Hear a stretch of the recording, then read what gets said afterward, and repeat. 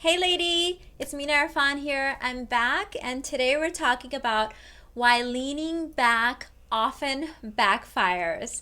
So, this is a topic that I've discussed in detail in my Babes Club and also in the 90-day relationship rehab. But this comes up so often that I thought that it needed to be discussed here on YouTube. So, leaning back is not a cure all blanket, one size fits all moments kind of strategy that you can work where poof, everything works out for you. Think of it this way: what are you doing when you're actually leaning back in a relationship and creating space? What you're doing is you're mimicking, behaving, acting as if like someone who is very healthy in their self esteem, who feels worthy of a man pursuing them, who's confident, who knows their worth, they've done their inner work, they're not leaning forward, speaking too much, auditioning, seeking attention, trying to convince someone that they're the best person to be in a relationship with. So you're mimicking this, right? You haven't quite gotten it yet. Because if you got it, you wouldn't be using it as a strategy, and you would know when you would naturally be leaning back and when you're trying to get something from someone. So let me share some actual examples that are going to help you wrap your head around what we're doing when we're trying to lean back in a relationship. So if you were naturally doing this as an embodiment, meaning if you are someone that knows that you are worthy of love, as you're someone that has a love list and knows exactly what you value in a partner, in a relationship, you know what a healthy relationship looks like, you know what a healthy man looks like because you have done your inner work and you are the reciprocal of that, then you would be leaning back in all relationships, in all circumstances when needed. Let's say that you come home and your man is busy doing something, he's distracted, or he's just not giving you attention. In that moment, if you lean back and create space, when he's done with whatever he needed to do, when he's in a space where he wants to connect with you, he could move forward and close that gap. Here's a moment where leaning back wouldn't work. Let's say that you handle the finances in your family because you are really good at finances and you've always just handled them, but you want your man who is not good at finances to suddenly handle finances. So let's say you lean back, you stop paying the bills, you stop balancing the checkbook, you just like don't do anything with the finances because you're leaning back and hoping that he picks it up.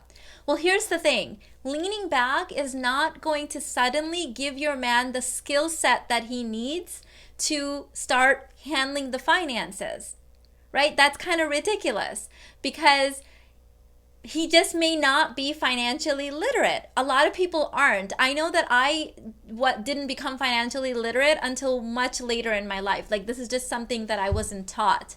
I didn't even know that I wasn't financially literate. So if your person, the person that you're in a relationship with, it doesn't know how to balance a checkbook or invest in stocks or save money, by you leaning back, he's not going to suddenly start paying the bills. He needs to have a desire first to do it. He needs to have space to do it, which you're trying to create by leaning back. He needs to get a chance, but he also needs to have skill sets in many of these situations. So I have heard from women that leaned back in finances and then their husbands got them into $30,000 debt or their electricity got cut off. Well, this is not a place where you can just comfortably lean back. This is your life. This is your legacy. This is your wealth that you have built. Right? Modern day femininity doesn't look like the 1920s where maybe you didn't build an empire then, right? Like you were dependent on whatever skill sets that your husband had when you married him. That was it. So in this circumstance, this is not a place where you're just going to quietly lean back and hope for the best, because you guys as a unit could get in a lot of problems. Now, if you leaned back in finances by having a discussion with him and saying, hey, I've been handling this and I no longer want to. I would like it if you were more involved. What do we need to do? And together you came up with a plan where he could learn to be more financially literate and someone that gained your trust, and you knew that you could trust him. Then you could surrender that to him and know that, okay, like we were working through this. So is this making sense, right? Just like if my best friend suddenly came to me and said, Mina, I want you to bake a beautiful cake for my wedding.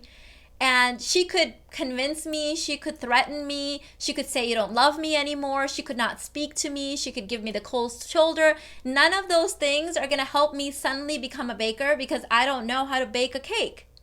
Because that's not my skill set. That's not my zone of genius, girlfriend.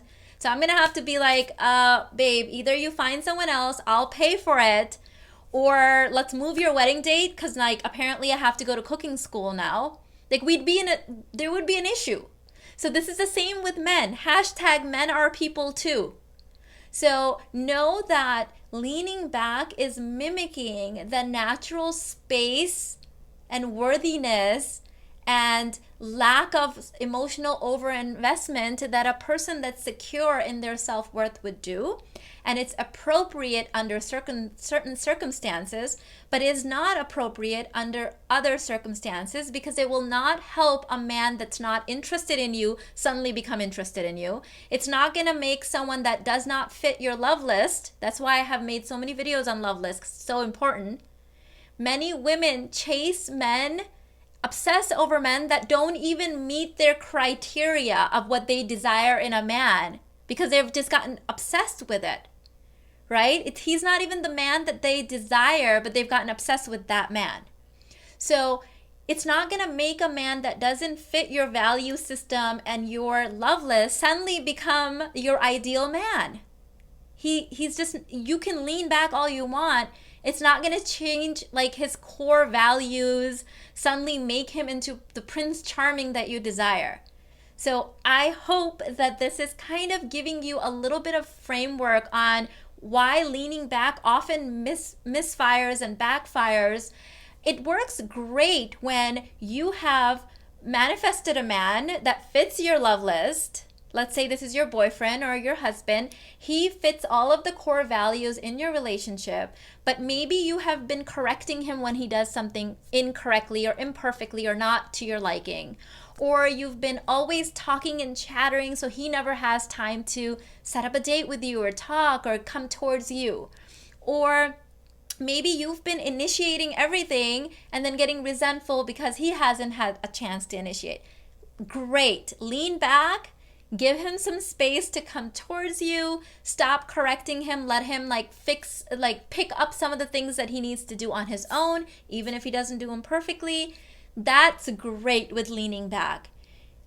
Leaning back and expecting that all of a sudden your man is going to have this whole new host of skill sets, or suddenly be able to read your mind, or become the man of your dreams, even though he's clearly shown that he doesn't match your love list, not going to happen. Okay? Probably not going to happen. I mean, unless this man really desires to be with you and he's willing to do everything possible to become your ideal man based on your love list, that could happen. It's been done before. But chances are you probably don't want to open a daycare or an academy or a university and like train someone to become this version that you desire. You're probably better off just creating your love list and manifesting the guy that meets that love list in the first place. All right? If you want more on how leaning back actually works, I've got a ton of sacred offerings and programs: 90-day relationship rehab, intelligent love conscious couples, high value babes club. All of that can be found in the description box. I also am offering free courses and classes in my Facebook community. You get weekly love letters from me via email. Like literally, I can't make it easier for you. So you're welcome. I love you. Subscribe. I'll see you in the next one. Bye.